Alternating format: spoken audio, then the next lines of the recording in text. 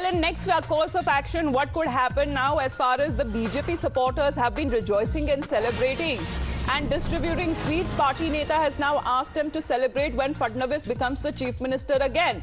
That is what has been happening in the BJP camp so far, because this was the round of attacks that was leveled also by Uddhav Thackeray and also in the court, the Supreme Court, that it was right after the meeting with the LOP with Devendra Fadnavis. Governor Bhagat Singh Koshyari had taken the step to actually call for a floor test. Deepak is joining us live right now. Good morning to you, Deepak. What's expected today in the Fadnavis camp?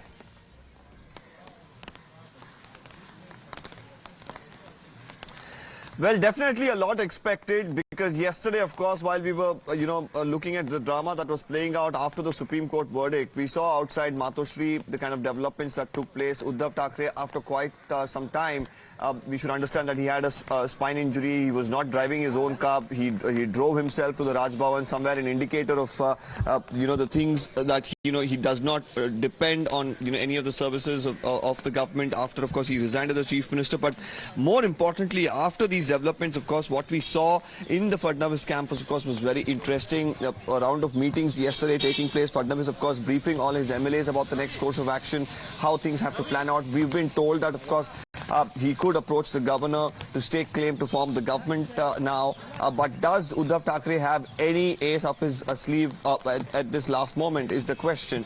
Because, as far as the floor test is concerned, now that's probably not going to happen now, at least not today, because Uddhav Thackeray, of course, deciding to resign before it. We've seen in the past when such a scenario arises, some of them, of course, have chosen to go into the well of the house, deliver a speech, and then, of course, resign. But Uddhav Thackeray, they're deciding that he'll do it yesterday itself. But, while, of course, he's shown indicators that he wanted to resign in the past, what really stopped him up until now is the question, because sources tell us that it was Sharad Pawar who asked him to hold on, probably was strategizing, different political maneuvers which probably didn't work out. And the last effort, of course, was, knocking at the doors of the Supreme Court, which, of course, didn't really stall the floor test.